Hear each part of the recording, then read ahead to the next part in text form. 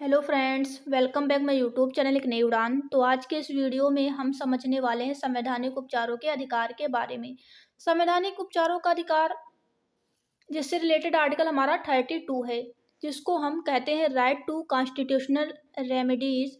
आखिर जो 32 आर्टिकल है इसमें क्या बताया गया है और यह आर्टिकल हमारे लिए क्यों इम्पोर्टेंट है, क्यों संवैधानिक उपचार के अधिकार को संविधान की आत्मा कहा गया है। क्या कहा गया है संवैधानिक उपचारों के अधिकार को संविधान की आत्मा, सोल क्यों कहा गया है, क्यों कहा गया है, इसको हृदय क्यों कहा गया है। तो इस वीडियो को पूरा जरूर देखें जिससे आपको अंडरस्टैंड हो सके कि आर्टिकल 32 क्यों इम्पोर्टेंट है हमारे लिए। तो वीडियो को स्टार्ट करने से पहले अगर आप लोग चैनल पर पहली बार हैं, चैनल को अभी तक सब्सक्राइब नहीं किया है, तो चैनल को सब्सक्राइब जरूर कर लें जिससे आपको इसी तरह के वीडियो कंटिन्यू मिलते रहेंगे। तो चलिए स्टार्ट करते हैं इस वीडियो को। सबसे पहले हम समझेंगे कि जो हमारा संवैधानिक उपचारों का अधिकार, राइट टू कॉन्स्टिट्यूशनल रेमेडीज, आखिर ये क्यों इम्पोर्टेंट है और इसमें क्या बताया गया है। तो चलिए सबसे पहला पॉइंट है हमारा, डॉक्टर भीमराव अम्बेडकर ने क्या कहा है, संवैधानिक उपचारों के अधिकार को संविधान की आत्मा कहा है। क्या कहा है, सोल कहा है। सबसे पहला पॉइंट, जो डॉक्टर भीमराव अम्बेडकर थे उन्होंने संवैधानिक उपचारों के अधिकार को आर्टिकल 30 को संविधान की आत्मा कहा है और इसी को हार्ट भी कहा है, हृदय भी कहा है। किसने कहा है, डॉक्टर बी आर अम्बेडकर ने इसको आत्मा और हृदय कहा है। तो चलिए देखते हैं नेक्स्ट पॉइंट को।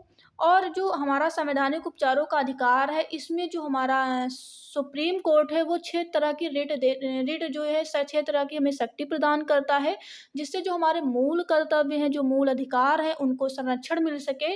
तो चलिए देखते हैं वो कौन कौन सी 6 रिट हैं, उनको हम समझेंगे और आखिर क्या बताया गया है उन 5 प्रकार की रिट में। सबसे पहले जो हमारा मौलिक अधिकार है, जो मौलिक अधिकार है इसमें क्या किया गया है, 5 तरह की रिट प्रदान की गई हैं। क्या प्रदान की गई है, 5 तरह की रिट प्रदान की गई हैं और ये 5 तरह की रिट में क्या बताया गया है, क्यों जरूरी है। तो जो मौलिक अधिकार है इसमें 5 तरह की रिट जारी करता है ताकि मौलिक अधिकारों को उचित संरक्षण प्रदान किया जा सके। ये रिट इसलिए दी गई है जिससे जो भी नागरिक के जो भी मौलिक अधिकार हैं उनको संरक्षण प्रदान किया जा सके। और ये जो 5 रिट हैं ये कौन कौन सी रिट है, सबसे पहले इनको समझेंगे। तो सबसे पहली है आपकी बंदी प्रत्यक्षीकरण। कौन सी है, सबसे पहली है बंदी प्रत्यक्षीकरण, जिसको हम कहते हैं हैबियस कार्पस। क्या कहते हैं, हैबियस कार्पस, जिसका हिंदी मीन्स होता है बंदी प्रत्यक्षीकरण। नेक्स्ट है आपका परमादेश। परमादेश यानी कि परम आदेश, जिसका आदेश सर्वोपरि हो, सर्वमान्य हो, परमादेश। तो परमादेश जिसको हम इंग्लिश में क्या कहते हैं, मैंडमस कहते हैं, परमादेश है। नेक्स्ट है आपका प्रतिषेध। प्रतिषेध मीन्स प्रोहिबिजन, जिसको प्रतिषेध कर देना, मना कर देना, या इसको हम बोलते हैं प्रोहिबिजन। नेक्स्ट है आपका उत्प्रेषण। उत्प्रेषण जो कि आपका 4th रिट है, उत्प्रेषण, जिसको हम इंग्लिश में सार्टियोरारी कहते हैं, इंग्लिश में सार्टियोरारी कहते हैं। उसके बाद 5 जो आपका रिट है वो है अधिकार परीक्षा। क्या है, अधिकार परीक्षा, जिसको हम क्यों वारंटो कहते हैं। क्या कहते हैं, क्यों वारंटो कहते हैं। तो ये 5 तरह की रिट जो है प्रदान की गई है सुप्रीम कोर्ट के द्वारा। ये 5 प्रकार की शक्तियां दी गई हैं जिससे जो हमारे मूल अधिकार हैं उनका कोई भी गलत मिसयूज ना हो। ये 5 तरह की क्या दी गई हैं, हमको रिट प्रदान की गई हैं सुप्रीम कोर्ट के माध्यम से।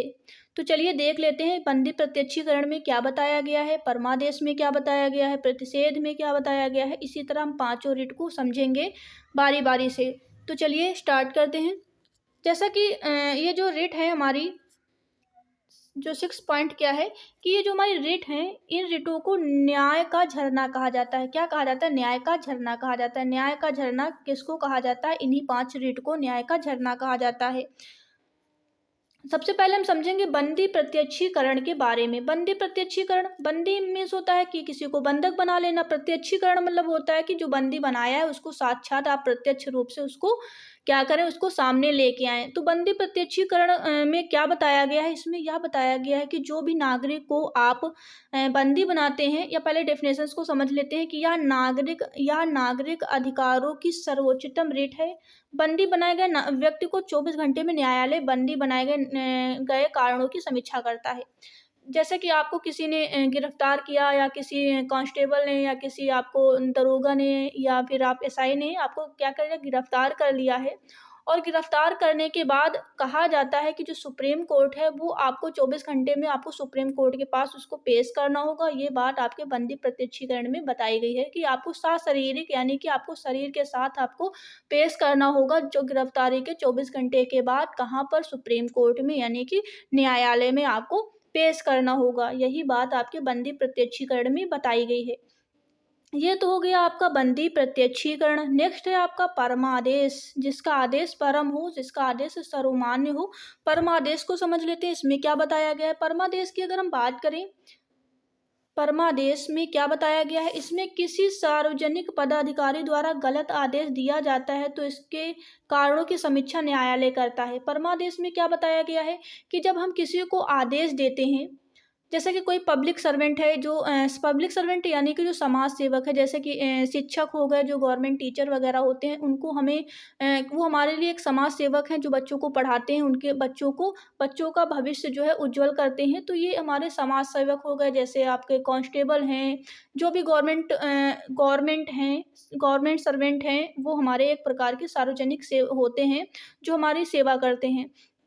तो अगर किसी, जैसे कि एग्जाम्पल के माध्यम से समझते हैं, जैसा कोई टीचर है, गवर्नमेंट टीचर है यानी कि सरकारी स्कूल, सरकारी विद्यालयों में जो टीचर होते हैं, शिक्षक होते हैं, बच्चों को पढ़ाते हैं। किसी सरकारी स्कूल की अगर हम बात करें तो जैसा कि अगर शिक्षक सरकारी स्कूल में उनका काम होता है कि पढ़ाने का, अगर वो बच्चों को ना पढ़ाएं, वो आपस में बातें करें, आपस में एक दूसरे से बातचीत करें, बच्चों को शिक्षा ना दें, तो क्या होगा, उससे उनका भविष्य जो है, बच्चों का भविष्य जो है क्या होगा, खराब होगा।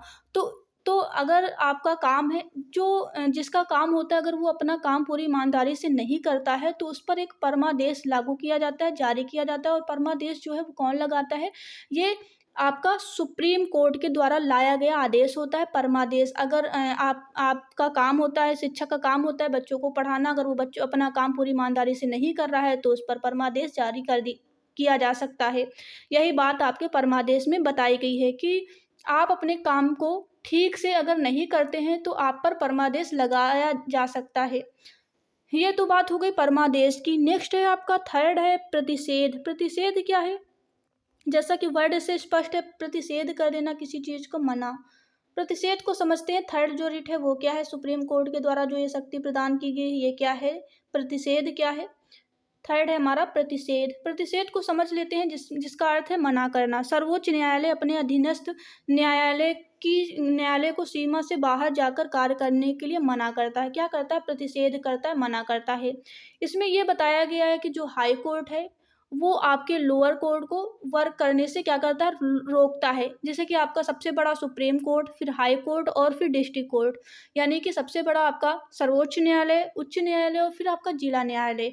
तो जो प्रतिषेध की बात की गई है, प्रतिषेध में ये बताया गया है कि जो भी आपका उच्च न्यायालय या सर्वोच्च न्यायालय होंगे, वो छोटे जो न्यायालय होंगे उनको बाहर सीमा, यानी अगर उच्च यानी जैसे कि जिला न्यायालय है, अगर आपका जिला न्यायालय जो जो उसके हक में जो काम नहीं होगा, अगर वो काम वो करता है तो जो उच्च न्यायालय, सर्वोच्च न्यायालय होंगे वो उसको यानी कि मना करेंगे कि ये ऐसा नहीं कर सकते, आपके ये कानून में आप इस काम को नहीं कर सकते हैं या आपको ये अधिकार नहीं है। तो प्रतिषेध करता है कौन, सर्वोच्च न्यायालय या उच्च न्यायालय, किसको, जो इससे नीचे के न्यायालय होते हैं उनको। आई थिंक इतना समझ में आ गया होगा, 3 पॉइंट समझ में आ गए होंगे। नेक्स्ट है हमारा उत्प्रेषण। उत्प्रेषण में क्या बताया गया है, जो आपका प्रतिषेध होता है, प्रतिषेध है और उत्प्रेषण है, ये आपके कोर्ट पर लागू होते हैं। और जो अदर हैं, बंदी प्रत्यक्षीकरण, परमादेश और अधिकार परीक्षा, ये आपके नागरिकों पर लागू होने वाले कानून हैं। चलिए चलते हैं उत्प्रेषण की तरफ। नेक्स्ट है आपका उत्प्रेषण में क्या बताया गया है।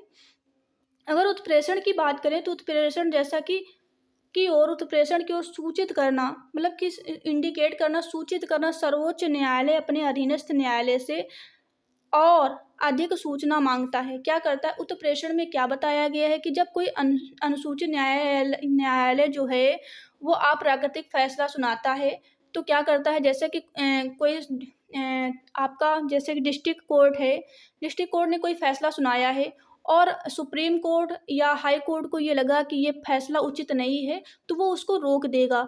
यही बात उत्प्रेषण में बताई गई है। क्या है, उत्प्रेषण में बताया गया है कि जैसे कि कोई फैसला डिस्ट्रिक्ट कोर्ट में यानी कि जिला न्यायालय में गया और हाई कोर्ट, सुप्रीम कोर्ट के लगा कि ये फैसला सही नहीं है तो वो उस फैसले को रोक सकता है। यही बात आपके उत्प्रेषण में बताई गई है।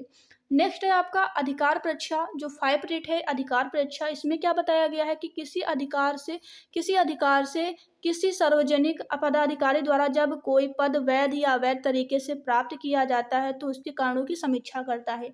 अधिकार परीक्षा में क्या बताया गया है कि जब जब आप किसी काम को फर्जी तरीके से करते हैं तो उस पर आपको जो न्यायालय यानी सर्वोच्च न्यायालय वो अधिकार परीक्षा आप पर लागू करेगी। इसका कहने का मतलब ये है कि एग्जाम्पल के माध्यम से इसको समझते हैं कि जैसे आपने पैसे देकर आपने नौकरी गवर्नमेंट जॉब पा ली। जैसे कि क्या होता है कि आपने पैसे देकर आप टीचर बन गए, पैसे देकर आप कांस्टेबल बन गए। अगर पैसे देकर आप कोई नौकरी पा लेते हैं तो अगर किसी व्यक्ति को ये पता चल गया है कि आप जो है पैसे देकर आपकी जॉब लगी है तो ये फैसला जो है कहाँ जाता है, सुप्रीम कोर्ट में जाएगा। और सुप्रीम कोर्ट के सामने जब आप जाएंगे तो सुप्रीम कोर्ट आपसे सवाल करेगी कि अगर आपने जो गवर्नमेंट जॉब आपको मिली है तो आप उसकी प्रूफ दीजिए। आपने जो एग्ज़ाम, जैसे कि अगर हम मान लेते हैं अगर आप टीचर बने हैं, गवर्नमेंट टीचर हैं, तो आपने कब एग्ज़ाम दिया था और आप अपने सारे सर्टिफिकेट लेके आइए, तो वो सारे प्रूफ आपसे मांगेगी। तो अगर आपके पास वो प्रूफ नहीं होंगे तो क्या होगा, आपको आपको जो आपकी गवर्नमेंट जॉब होगी वो आप उससे आप डिसमिस हो जाओगे। तो यही बात आपके अधिकार परीक्षा में बताई गई है। तो आई होप आपको जो भी 5 यूनिट थी वो अंडरस्टैंड हो गई होंगी। किसी भी प्रकार का कोई डाउट है तो हमें कमेंट करके ज़रूर बताएं। जो हमारा आर्टिकल 32 है ये वेरी इंपॉर्टेंट आर्टिकल है। जो भी हमारे फंडामेंटल राइट्स हैं, मौलिक अधिकार हैं, उन सभी मौलिक अधिकारों में जो भी हमारा सुप्रीम कोर्ट है वो हमें ये शक्तियाँ प्रदान करता है। तो आई थिंक आपको अंडरस्टैंड हो गया होगा। तो आज के वीडियो में इतना ही। नेक्स्ट वीडियो में मिलेंगे नेक्स्ट टॉपिक के साथ। और वीडियो अच्छा लगा हो तो फ्रेंड्स और रिलेटिव में ज़रूर शेयर करें। चैनल पर पहली बार है तो चैनल को सब्सक्राइब ज़रूर कर लें। तो जैसा कि हमने जो फंडामेंटल राइट्स हैं 6 प्रकार के हैं उनको हमने डिस्कस कर लिया है। सबसे पहले हमने बात की थी समानता के अधिकार के बारे में, जिसमें 14 से 18 तक डिस्क्राइब था। उसके बाद हमने बात की थी स्वतंत्रता के अधिकार के बारे में, जिसमें हमारा जो स्वतंत्रता का अधिकार जो हमारा आर्टिकल 19 से लेकर 22 तक था। उसके बाद हमने शोषण के विरुद्ध अधिकार जो कि हमारा 23 और 24 था। उसके बाद हमने नेक्स्ट बात की थी संसदीय एवं शिक्षा संबंधित अधिकार जो हमारा 25 से लेकर हमारा 28 तक था। उसके बाद हमने बात की थी संसदीय एवं शिक्षा संबंधित अधिकार के बारे में। उसके बाद हमने बात की थी हमने धार्मिक स्वतंत्रता के अधिकार के बारे में 25 से 28 तक डिस्कस किया था। उसके बाद हमने संसदीय एवं शिक्षा संबंधी अधिकार के बारे में बात की थी जिसमें 29 से 30 तक है। उसके बाद जो हमारा लास्ट जो फंडामेंटल राइट्स का जो छठा पार्ट था वो था हमारा संवैधानिक उपचारों का अधिकार, जिसमें आर्टिकल 32 थे, जिसको हम संविधान की आत्मा और क्या कहते हैं, हृदय कहते हैं। तो आई थिंक आपको वीडियो अच्छा लगा होगा तो वीडियो को ज़्यादा से ज़्यादा शेयर करें, चैनल को सब्सक्राइब करें, जिससे आपको इसी तरह के वीडियो कंटिन्यू मिलते रहेंगे। तो आज की वीडियो में इतना ही, फिर मिलते हैं नेक्स्ट वीडियो में। तब तक के लिए thanks for watching this video.